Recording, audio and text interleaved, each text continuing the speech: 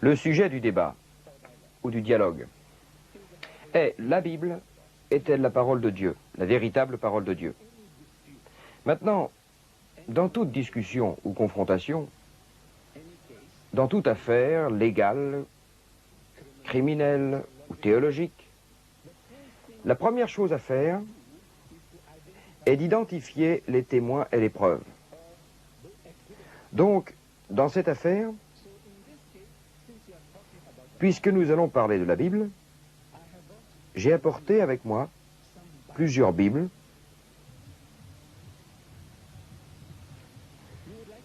car nous voudrions savoir de quelle Bible nous sommes en train de parler. Généralement, les gens disent qu'il n'y a qu'une Bible. Généralement, les gens pensent qu'il n'y a qu'une Bible. Mais je vais vous montrer ce petit livre ici, cette sainte Bible. Elle s'appelle la version des catholiques romains. Notre frère Stanley, acceptez-vous ceci comme la parole de Dieu? On l'appelle la Sainte Bible. L'acceptez-vous? C'est la numéro 1. La numéro 2. J'ai ici avec moi la Scofield Reference Bible. Un certain révérend Scofield, soutenu par 8 DDs, c'est-à-dire d'éminents théologiens, ils ont produit cette Bible qui est basée sur la version du roi Jacques. Parlons-nous de cette Bible, la Bible catholique romaine, ou de cette Bible protestante? Une ici, l'autre là. Avant de venir ici, j'ai acheté une Bible suédoise. Elle est également basée sur la version du roi Jacques. Est-ce de cette Bible dont nous parlons? Puis j'ai ici des frères siamois, comme vous le voyez, identiques. Des Bibles identiques. Regardez-les. Vous ne pouvez pas les confondre, elles sont identiques. Elles s'intitulent Version standard révisée. Version standard révisée. Parmi les deux, l'une date de 1952 et l'autre de 1971. Laquelle accepteriez-vous comme la parole de Dieu? Donc nous devons les identifier. Si vous pouvez m'aider, vous pouvez dire j'accepte la version standard révisée, ou j'accepte seulement la Bible suédoise, ou la version du roi Jacques, ou la version catholique romaine. Alors nous pouvons continuer. Sinon, nous ne savons pas de quelle Bible nous parlons. Parce qu'elles sont toutes des Bibles différentes. Mon Dieu, ce ne sont pas les mêmes. Même ces jumeaux ne sont pas les mêmes. Elles peuvent avoir l'air des sœurs siamoises, mais elles ne le sont pas. Alors, si j'ai le privilège de savoir, j'accomplirai ma tâche plus aisément, en poursuivant ma discussion avec une Bible que le pasteur accepte comme la parole de Dieu. Parmi toutes les Bibles, laquelle? Monsieur, laquelle parmi toutes celles-là?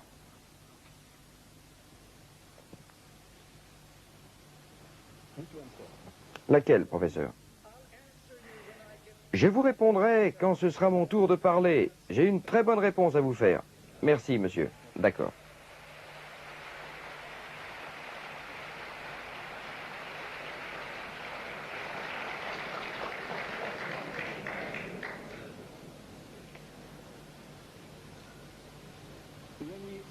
Quand nous ouvrons la Bible, n'importe quelle Bible, n'importe laquelle de celles-ci, le dénominateur commun, je parle du dénominateur commun maintenant. Quand nous ouvrons cette Bible, n'importe quelle Bible, le premier verset de la Bible est celui de la Genèse. Le premier chapitre, premier verset. Il dit,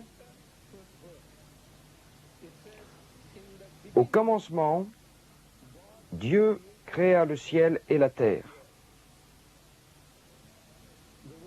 Le mot Dieu, en hébreu, est Elohim. Et Elohim, le pasteur a des contacts avec les Juifs ici. Il est en bon terme avec eux. Si ce n'est pas le cas, ce soir et demain soir, nous devons avoir un autre débat. Quelque part près de son diocèse, de son église, et nous pourrons prendre ce rabbi avec nous, et j'aimerais lui demander au sujet de ce mot Elohim, s'il vous plaît, traduisez.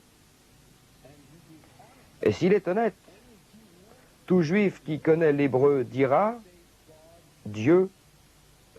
Elohim en hébreu signifie Dieu. Elohim en hébreu signifie Dieu.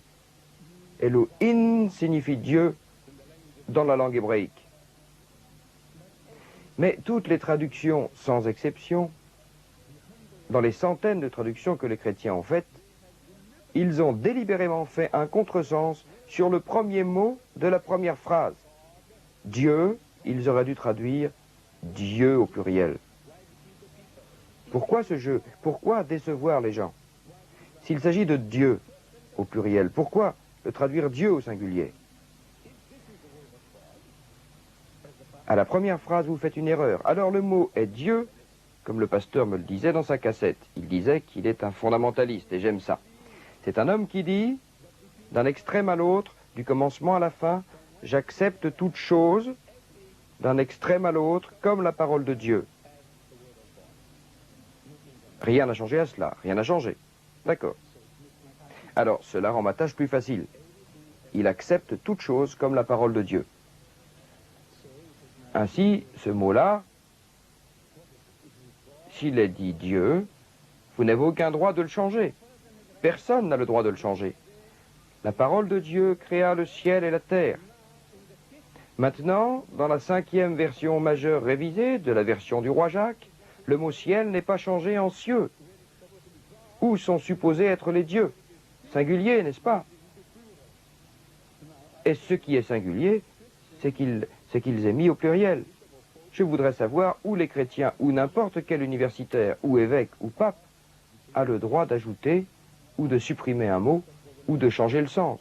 Je sais que le livre des Révélations, le dernier livre de la Bible, dit que quiconque ajoute ou retranche quoi que ce soit de la parole de Dieu, l'empoisonne. Aussi, nous voudrions que le pasteur nous explique qui a fait cela et qui agit ainsi avec la parole de Dieu, si c'est la parole de Dieu. Puis, dans les 5 premiers livres de l'Ancien Testament, la Genèse, l'Exode, le Lévitique, les Nombres et le Deutéronome, 700 fois, il nous est dit que ceci n'est pas le livre de Dieu.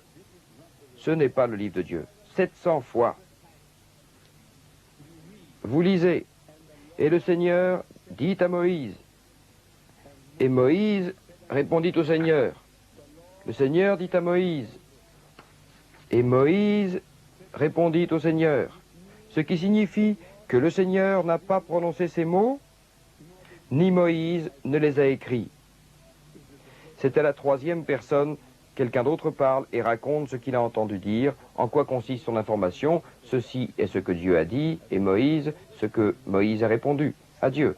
700 fois, on nous dit que ce n'est pas la parole de Dieu. Puis, ces 5 livres sont attribués au saint prophète Moïse. Mais, dans le dernier livre du Deutéronome, chapitre 34,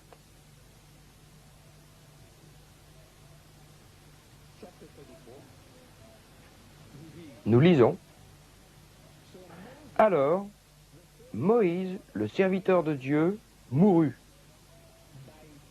Mourut est au temps passé, au pays de Moab, selon la parole de Dieu. Et il, Dieu le Tout-Puissant, l'enterra dans une vallée du pays de Moab. Mais nul ne connaît son sépulcre jusqu'à nos jours. Personne ne sait où est sa tombe jusqu'à nos jours. » Donc, c'est une tierce personne qui a écrit. Moïse, avant de mourir, ne pouvait avoir écrit que personne ne connaissait sa tombe jusqu'à nos jours. L'homme était encore vivant. Comment pouvait-il parler ainsi? Et Moïse mourut à l'âge de 120 ans. Et quand il mourut, Moïse, quand il mourut, écrivit-il cela? Qu'il était âgé de 120 ans lorsqu'il mourut?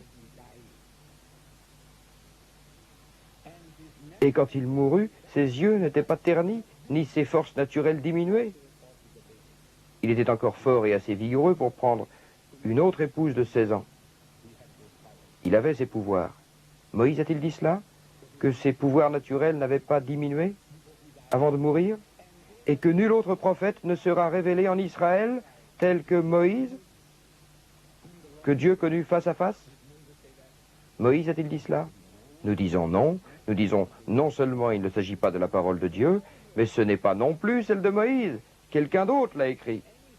En regardant les choses en face, n'importe quel écolier de l'école maternelle qui peut comprendre en lisant, cela serait capable de confirmer et de vous dire que ce n'est pas la parole de Dieu ni celle de Moïse.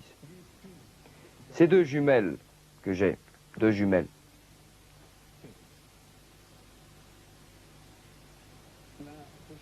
Je vous ai montré que ce ne sont pas de véritables jumelles. Elles ne sont pas identiques. Il y a là de quoi être déçu. Elles ne sont identiques qu'en apparence. Je ne sais pas si le pasteur voudra coopérer. Je voudrais qu'il nous éclaire, s'il le veut bien, qu'il m'aide, sinon je serai obligé d'en appeler à quelqu'un de l'auditoire. S'il veut bien m'aider, dans le livre, ici, le livre d'Ésaïe, chapitre 37, si vous ouvrez Isaïe, chapitre 37, pas celui-ci, ce sont des jumeaux. Nous voulons comparer les jumeaux pour montrer à quel point ils déçoivent le monde chrétien. Comment ils en ont produit par millions et ont déçu les gens simples. Je veux juste démontrer cela et je voudrais qu'il m'aide avec celle-ci. Celle-ci est la Sainte Bible, la version standard révisée. Ouvrez simplement au livre d'Isaïe, chapitre 37. Je lirai ici pour comparer, c'est tout. Donnez juste un coup d'œil. Isaïe, chapitre 37. Quel verset? Premier verset. Monsieur, ainsi nous n'avons pas à chercher. J'ai dit chapitre 37, verset 1.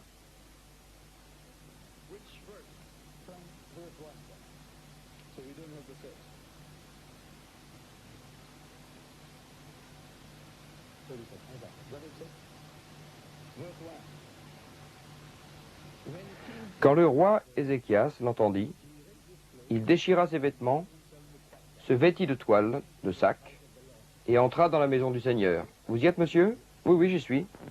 Oui. Et il entra dans la maison du Seigneur, et il envoya Eliakim, qui était de sa maison, Shebna le secrétaire, et le grand prêtre, vêtu de toile, de sac, au prophète Isaïe, fils d'Amos. Tous les trois lui dirent, ainsi Ézéchias dit, ce jour est un jour de détresse, de blâme et de disgrâce. Des enfants sont nés et il n'y a rien pour leur donner la foi. Ce doit être parce que le Seigneur, votre Dieu, a entendu les paroles de Rabeshou que son maître, le roi d'Assyrie, a envoyé pour tourner en ridicule le Dieu vivant. Passé au verset 8, ce Rabeshou rentra et trouva le roi assyrien en guerre. Et en poursuivant au verset 14, Ézéchias reçut une lettre de la main des messagers, etc., etc., etc. Mot à mot la même chose. Oui, mais monsieur, je ne suis pas en train de lire dans le livre d'Isaïe, je lis dans le livre des rois.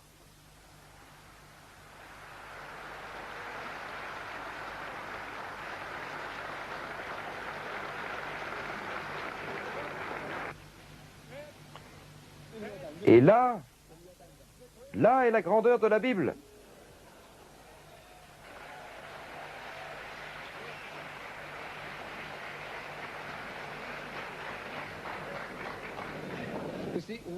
Vous voyez, mot pour mot, vous nous expliquerez cela. Mot pour mot, je suis en train de lire le second livre des rois, chapitre 19, et cela est confirmé au chapitre 37 d'Isaïe. En d'autres termes, mot à mot, c'est la même chose. Et laissez-moi partager avec vous la connaissance que j'ai recueillie de savants chrétiens. Ils m'ont dit, à moins que le pasteur nous dise le contraire, que la Bible ne fut pas une révélation orale, comme nous, musulmans, le croyons au sujet du Coran. Nous croyons que le Coran fut une révélation orale. Dieu le Très-Haut dit à son messager, dit qu'il est le seul Dieu, l'unique. Alors Mohammed dit, Dieu est l'éternel absolu. Il dit, il n'engendre pas et il n'est pas engendré. Ainsi, il dit, le Coran était une révélation orale. Il croit que le Saint-Esprit inspire les gens, pousse les gens à écrire. Mais dans ce cas, vous ne pouvez avoir une reproduction mot à mot.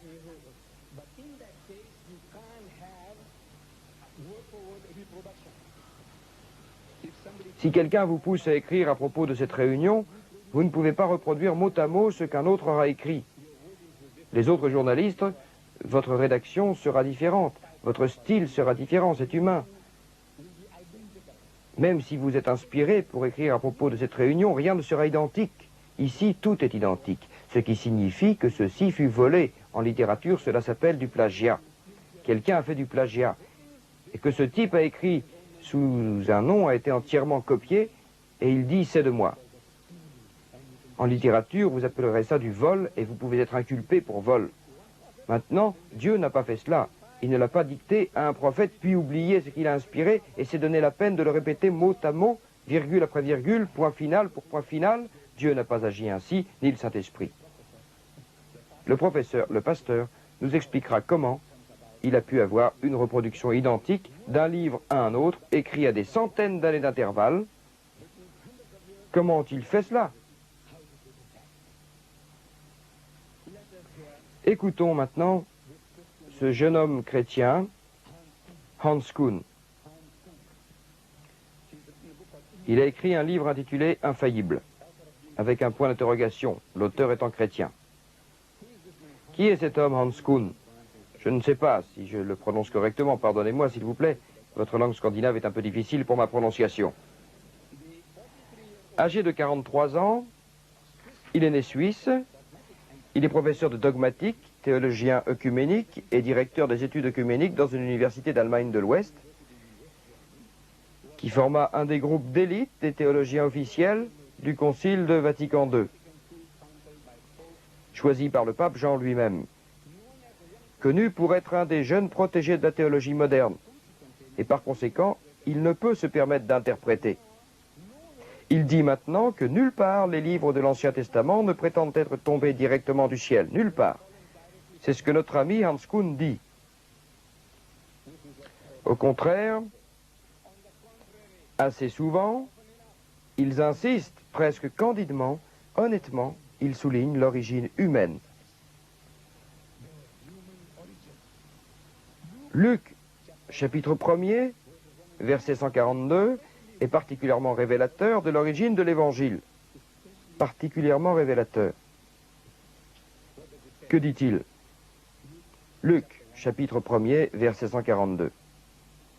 Luc nous dit, il ne dit pas être poussé par le Saint-Esprit, il dit, tout comme ceux qui depuis le début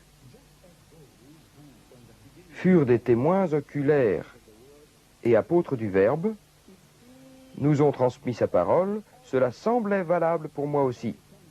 Si chaque Tom, Dick et Harry, moins instruits que moi, peuvent écrire des volumes, moi, un physicien, un des plus érudits parmi les partisans du christianisme de notre époque, pourquoi ne puis-je accomplir un meilleur travail?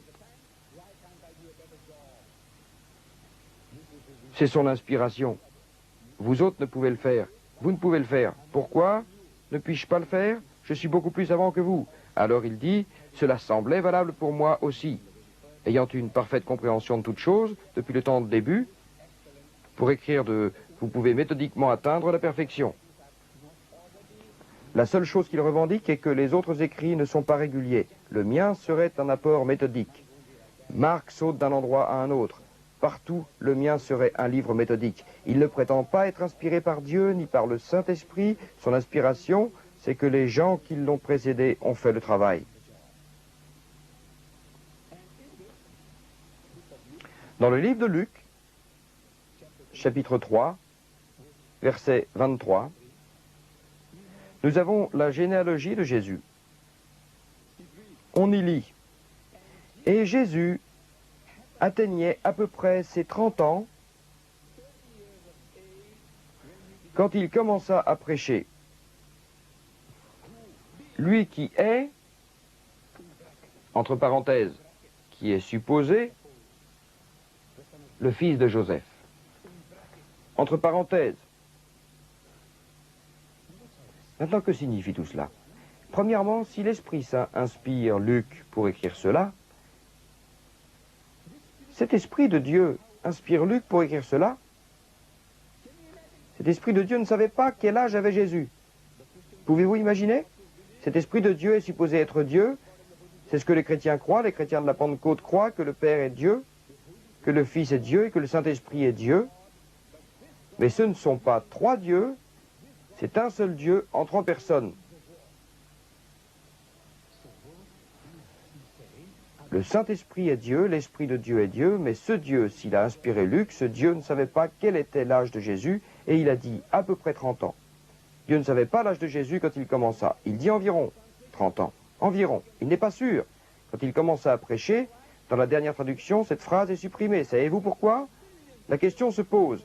Dieu le Tout-Puissant attendit des milliards d'années avant de descendre sur terre. Et de son premier jour jusqu'à l'âge de 30 ans, il n'a pas prononcé une seule phrase pour le bénéfice de l'humanité. Que faisait-il? Pendant 30 ans, qu'est-ce qu'il a fait? Une phrase pour aider l'humanité. Il n'a rien fait. Pas un mot, pas une phrase. Puis ensuite, il a commencé à prêcher. Pendant 30 ans, il n'a rien fait. Alors ils ont choisi ces mots quand il commença à prêcher. La traduction moderne de la version du roi Jacques a supprimé ces mots étant supposés qui étaient entre parenthèses. Ce qui signifie que Luc n'a pas écrit ces mots. Demandez à n'importe quel universitaire chrétien qui en mérite le titre ce que signifient les mots écrits entre parenthèses. Que signifie-t-il? Et il vous confessera honnêtement que cela signifie que dans le manuscrit original, ces mots ne figurent pas, étant supposés n'existaient pas. Ce sont les commentaires des éditeurs essayant d'aider les lecteurs. Ils ont le droit, Dans la traduction coranique, nous trouvons la même chose. Les traducteurs ajoutent des mots entre parenthèses, voulant nous signaler qu'ils ont ajouté ces mots entre compléments pour nous aider.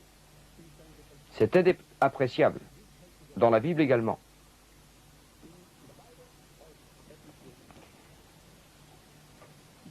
Mais ils ne peuvent les remettre dans leur contexte. Ce sont les mots d'un homme d'aujourd'hui. Si Luc était inspiré, les mots entre parenthèses ne l'étaient pas. Mais ce qu'ils ont fait dans la Bible suédoise et dans la Bible danoise, je les ai consultés. Les mots sont là, étant supposés est là, mais sans parenthèse. Vous savez ce que cela signifie? Une fois que les parenthèses ont été enlevées, cela devient la parole de Luc. Et si Luc était inspiré, cela devient la parole de Dieu. Ainsi, les chrétiens sont en train de rendre contemporaine la parole de Dieu à leur guise. Chaque fois qu'ils en ont envie, ils rajoutent des mots. Des mots mis entre parenthèses. C'est honnête, très honnête. Puis enlever les parenthèses, et dans toutes les traductions autres qu'anglaises, en zoulou, en afrikaner, hindou, en suédois, en norvégien, dans toutes les langues du monde, autres qu'en anglais, les mots sont conservés tels quels et les parenthèses sont enlevées. Peut-être que les Scandinaves ne connaissent pas le sens des parenthèses.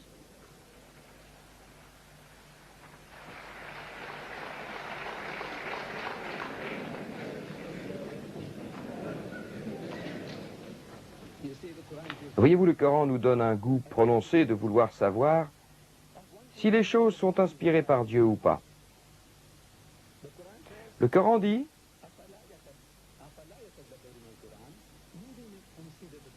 cela provient-il de quiconque autre qu'Allah, autre que Dieu? On aura trouvé de nombreuses divergences, de nombreuses contradictions.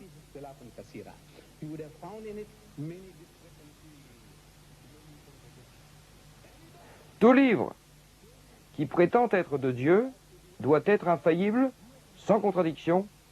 C'est la raison d'être du Coran. Le même test devrait s'appliquer à la Bible.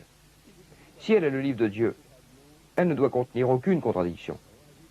Ainsi, je la lis pour vous, pour le pasteur, dans les Chroniques, chapitre 21.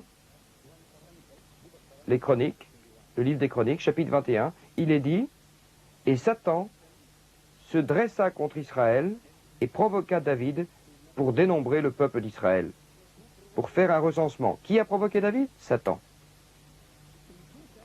Dans le second livre de Samuel, chapitre 24, il est dit, sur le même sujet: et de nouveau, la colère du Seigneur frappa Israël. Le Seigneur signifie Dieu et non pas Satan. La colère du Seigneur frappa Israël et il s'en alla. Il provoqua. Il monta David contre eux pour dire: va et dénombre Israël, recense-les. Qui a fait cela? Le Seigneur. Dans les Chroniques, qui l'a fait? Satan. Je ne connais aucune religion dans laquelle Dieu et Satan sont synonymes, dans aucune religion sur terre. Satan est Dieu, Dieu est Satan, n'est-ce pas? Non. L'un dit Satan inspire le type, l'autre dit que c'est Dieu qui est le Saint-Esprit. Qui est inspiré par le Saint-Esprit? Le professeur répondra: Dans le second livre des rois, chapitre 7. Et il y eut une main largement étalée, et sur ses bords elle était façonnée comme le rebord d'une coupe de fleurs de lys, et il en surgit 2000 tonneaux, 2000 vasques. Dans le second Chronique, chapitre 4, verset 5, il est dit « Et l'épaisseur était celle d'une main largement étalée. » C'est la même chose, mot pour mot, la même chose. Et ils eurent 3000 tonneaux, un livre, un auteur se dit inspiré par le Saint-Esprit.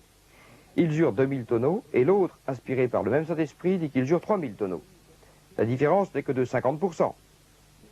Seulement 50%. Mais je voudrais savoir lequel est de Dieu et lequel est du diable. Parce que les deux ne peuvent être de Dieu si on ne savait pas trop.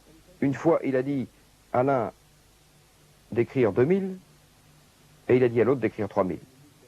Puis, dans le Nouveau Testament, Saint Jean, chapitre 18, verset 9, que les paroles doivent être suivies telles qu'il les a dites. Jésus parla, et entre guillemets, parmi ceux que vous m'avez donnés, je n'en ai perdu aucun. Aucun signifie pas un, zéro. Mais le même Saint Jean, dans un chapitre précédent, a écrit, chapitre 17, verset 12, il a écrit « Quand j'étais avec eux, citant Jésus, quand j'étais avec eux sur terre, je veillais sur eux en ton nom, au nom de Dieu. Parmi ceux que vous m'avez donnés, j'ai veillé sur eux, je n'en ai perdu aucun. » C'est la même chose que la première fois. Aucun n'est perdu, excepté les fils perdus. Vous savez, Judas l'Iscariote. Aucun, sauf un. Le premier dit aucun. La différence entre aucun et un, le pourcentage est minime. J'ai quelques billets ici avec moi, 5 billets de 10 livres, chacun, c'est ce que j'ai sur moi.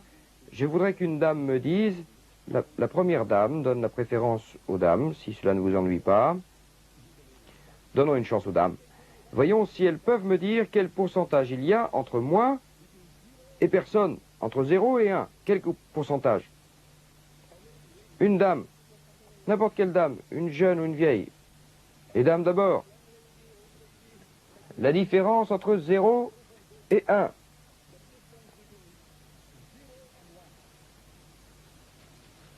« 50 livres. Je ne sais pas à combien de couronnes cela équivaut.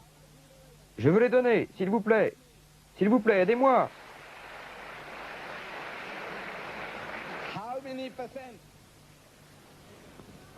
Quel pourcentage?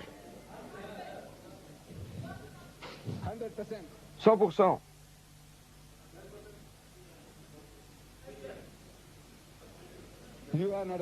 Vous n'êtes pas une fille? Ça ne fait rien. Vous avez utilisé le terme sans fin. Mais le mot juste est infini. Infini est le sens correct, le mot correct. Mais c'est ce que vous voulez dire en disant sans fin. Pourcentage infini, la différence entre 0 et 1. Souvenez-vous de ça.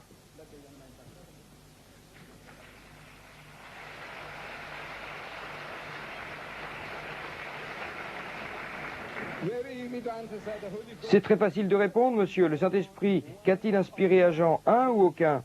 Qu'a-t-il inspiré? Et le même Saint Jean se contredit lui-même, le même Saint Jean. Et Soliman avait, je cite la seconde Chronique, chapitre 9, verset 25, et Soliman avait parmi de nombreuses choses 4000 stalles de chevaux, 4000 écuries. Et dans le second livre des rois, chapitre 4, verset 20, et Soliman avait 40 000 stalles de chevaux. Était-ce 4 000 ou 40 000? Ce Dieu, ce Saint-Esprit, qu'a-t-il inspiré à l'auteur des Chroniques et qu'a-t-il inspiré à l'auteur des rois? 4 000 ou 40 000? La différence est seulement de 36 000.